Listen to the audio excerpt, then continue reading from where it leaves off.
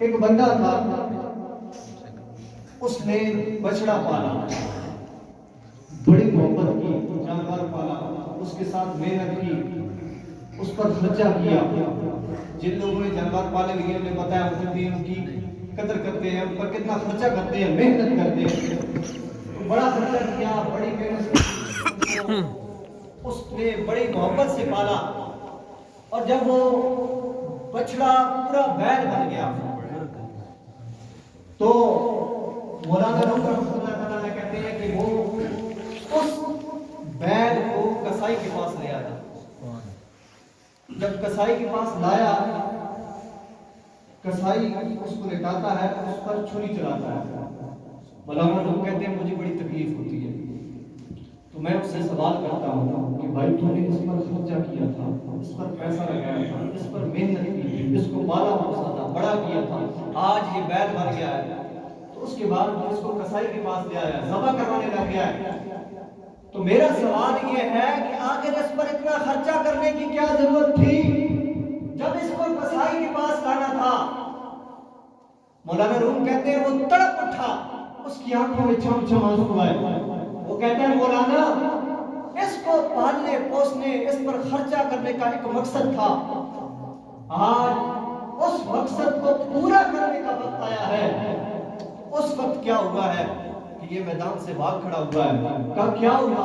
کہا میں نے اس پر خرچہ کیا، اس کو پالا پوسا بڑا کیا، وجہ یہ تھی میرا ایک کنواں ہے، اس کے گرد میں اس کو لگاؤں گا اور وہاں سے پانی نکالوں گا، اپنے کھیتوں کو پانی دوں گا۔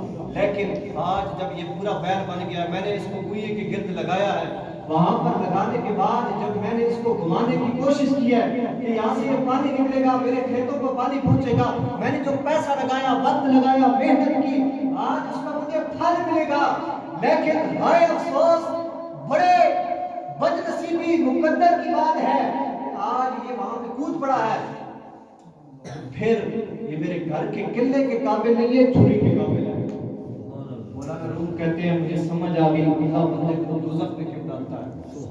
وہ تو 70 نو سے پڑھ کے پیار کرتا ہے، وہ تو قوت گواہی دیتا ہے، بالکل فری میں لاکھوں کروڑوں کی آکسیجن استعمال کرتے ہیں، کوئی خرچہ نہیں ہوتا، قوت سماعت کوئی مشین نہیں لگاتے، صبح شام استعمال کرتے ہیں، وہ اتنا پیار کرتا ہے، وہ اس کے کوئی پیسے نہیں لیتا، کوئی وہ دیتا ہے، سب کچھ دیتا ہے، کرتے ہیں کوئی خرچہ نہیں ہوتا، قوت سماعت کوئی مشین نہیں لگاتے، صبح شام استعمال کرتے ہیں، وہ اتنا پیار کرتا ہے، وہ اس کے کوئی پیسے نہیں لیتا، کوئی وہ دیتا ہے، سب کچھ دیتا ہے، لیکن پھر بھی دوزخ میں ڈالتا ہے۔ تو کیوں؟ کہا کوئی بھی چیز بغیر مقصد کے نہیں بنی، انسان بھی کسی مقصد کے تحت بنایا ہے۔ اب دیکھیں یہ مائک ہے اس لیے بنایا گیا بولنے کے لیے، اگر یہ نہیں بولے گا تو کدھر ہوگا؟ پیر کدھر ہوگا؟ یہ سپیکر لگے ہوئے ہیں آواز دینے کے لیے، اگر نہیں دیں گے تو کدھر ہوں گے؟ یہ پنکھا ہے ہوا دینے کے لیے بنایا گیا، اگر ہوا نہیں دے گا تو کدھر ہوگا؟ تو کہا جو چیز جس مقصد کے لیے بنائی جاتی ہے وہ مقصد جب پورا نہیں کرتی تو پھر کچرے میں ڈھیر بنتی ہے۔ انسان کو رب نے اپنی رضا کے لیے، اپنے محبوب کے لیے پیدا کیا ہے، جب یہ اس مقصد کو پورا نہیں کرتا تو پھر اللہ اس کو دوزخ میں ڈالتا ہے۔ آج کی محفل کا دوسرا سبق، مقصد کو سمجھیں، ہماری زندگی کا مقصد کیا ہے۔ یہ ہستیاں چلی گئی ہیں، ان کا کام ختم ہو گیا ہے، ہمارا سفر جاری ہے۔ اپنے مقصد کو سمجھتے ہوئے صبح شام کو دیکھیں، اپنا موبائل استعمال کرنے سے لے کر گھر سے نکلنے سے لے کر شام سونے تک ہر ایک عمل کو دیکھیں کہ میری مقصد کے لیے تگدو کتنی ہے۔ ضرورت یہ رزق کمانا، دولت کمانا، پیسہ کمانا، کاروبار کرنا، تجارت کرنا، یہ میری اور آپ کی ضرورت ہے، یہ کھانا پینا یہ ضرورت ہے، لیکن اصل مقصد کیا ہے؟ رب رسول کی رضا۔ اس مقصد کے لیے کوشش کیجیے۔ دوسرا سبق زندگی گزارنے کے لیے، اور تیسرا سبق شکر ادا کرنے والے، اور تیسرا سبق شکر ادا کرنے والے بنے۔ اپنی زبانوں پر شکر ہے۔ ہر بندہ پریشان ہے، مایوس ہے، بڑی مہنگائی ہے، تڑپ گئے ہیں، مر گئے ہیں، لٹ گئے ہیں، جس کو دیکھیں نہ شکری کے الفاظ ہوتے ہیں، شکر ادا نہیں کرتے۔ اور یقین مانے جس کے پاس لاکھوں ہوں گے، وہ گاڑی پہ بیٹھا ہوگا، پھر بھی اس کی زبان پر گلے شکوے ہوں گے۔ یہ حضور غوث پاک کی محفل ہے تو آپ کی ہی ایک کتاب سے ایک چیز نقل کرتا ہوں وقت کے دامن کو مد نظر رکھتے ہوئے. آپ فرماتے ہیں حضور غوث پاک کہ اللہ کے ایک نبی تھے, انہوں نے دیکھا کہ ایک چھوٹا سا پتھر ہے, اس سے بہت زیادہ پانی نکل رہا ہے. چھوٹا سا پتھر پانی بہت زیادہ نکل رہا ہے. تو انہوں نے اللہ تعالیٰ سے عرض کی کہ یا اللہ, چھوٹا سا پتھر پانی بہت زیادہ ہے, تو وجہ کیا ہے؟ اللہ تعالیٰ نے فرمایا اس پتھر سے پوچھو.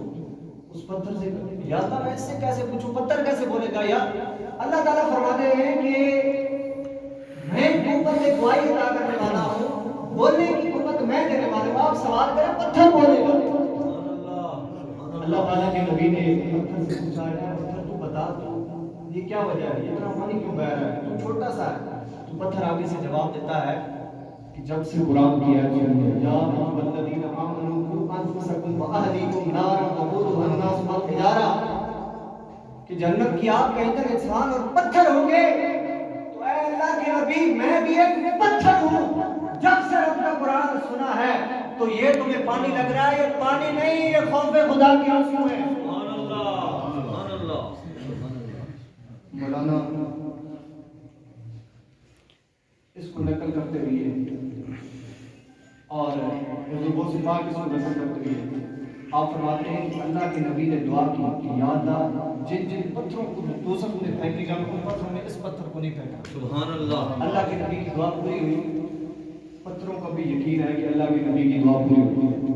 اللہ کے نبی سے بات فرماتے ہیں تو دعا قبول ہوئی. اب اس پتھر کا وہ آنسو, وہ پانی رک گیا.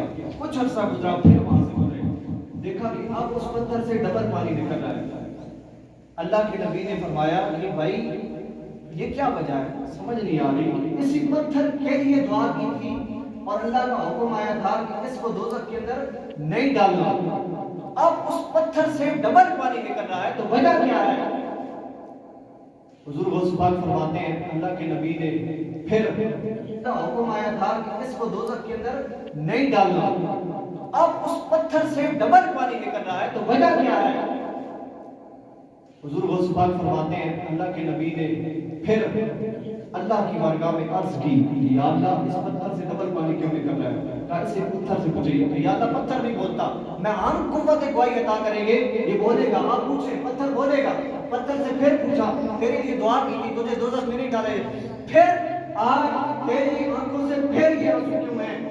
تو پتھر آگے سے جواب دیتا ہے. پتھر کیا جواب دیتا ہے؟ پتھر کہتا ہے کہ جب پہلے قرآن کی آیت سنی تھی اور میں نے آپ کے سوال پوچھنے پر جواب دیا تھا کہ یہ خوف خدا کے آنسو ہے, پھر آپ نے دعا کی تھی اور رب نے فرمایا تھا اس کو دوزخ میں نہیں ڈالوں گا, تو وہ خوف خدا کے آنسو تھے, یہ شکر خدا کے آنسو تھے. پاک فرماتے ہیں شکر کی یہ کیفیت ہونی چاہیے. حضرت سلیمان علیہ السلام کا جملہ ہر بندے کی زبان پر ہو, پروٹوکول ملے, عزت ملے, پیسہ ملے, شہرت ملے, علم ملے, جو کچھ بھی ملے, کبھی بھی اس بات پر ناز نہ کریں میں نے محنت کی, میں نے کام کیا, میں نے علم سیکھا, میں نے ڈگریاں لی, تو میرے ساتھ یہ ہو گیا, کچھ بھی نہیں ہوا. اگر رب فضل نہ فرماتا تو کچھ بھی نہیں تھا.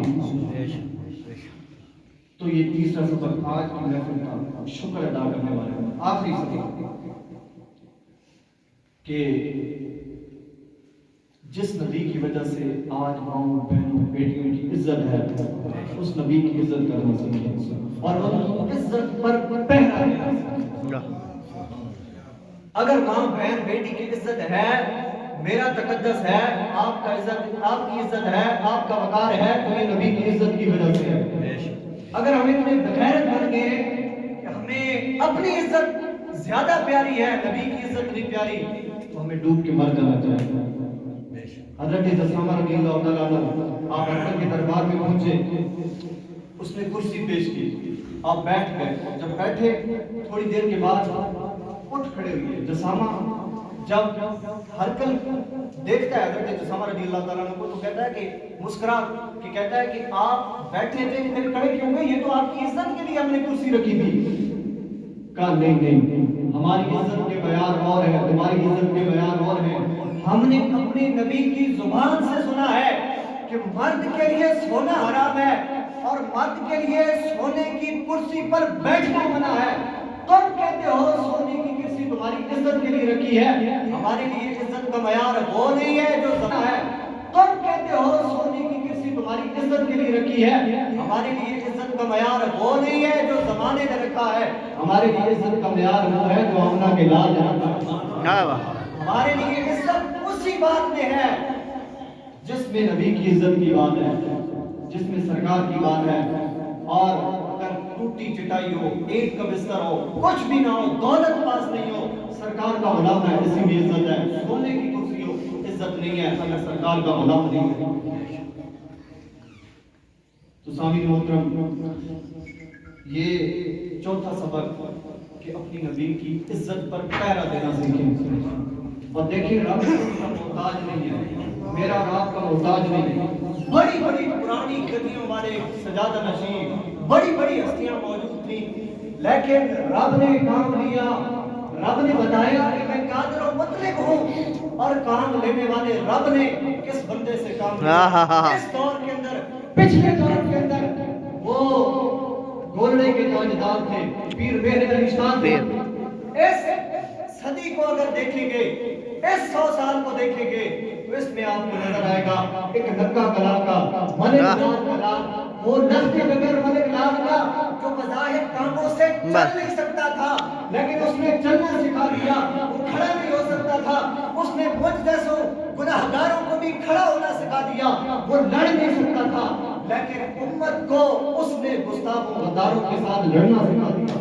واہ واہ واہ واہ، کیا بات ہے۔ نہیں ہے، لیکن اس نے مجھے اور آپ کو یہ بتایا ہے کہ میں کسی کا محتاج نہیں ہوں، اگر چاہوں تو بظاہر کاموں سے معذور ہے، بندہ چل نہیں سکتا، لیکن پورا کفر اور اس کے یار اسرائیل تک ہر ایک کی چیخیں نکال کے رکھ دیتا ہے جب لبیک کا نعرہ لگتا ہے، جب تاجدار ختم نبوت کا نعرہ لگتا ہے، بڑے بڑے قادیانیت کے یاروں کی چیخیں نکل جاتی ہیں۔ آپ خود سوچیں ہم کس سائیڈ پہ کھڑے ہیں۔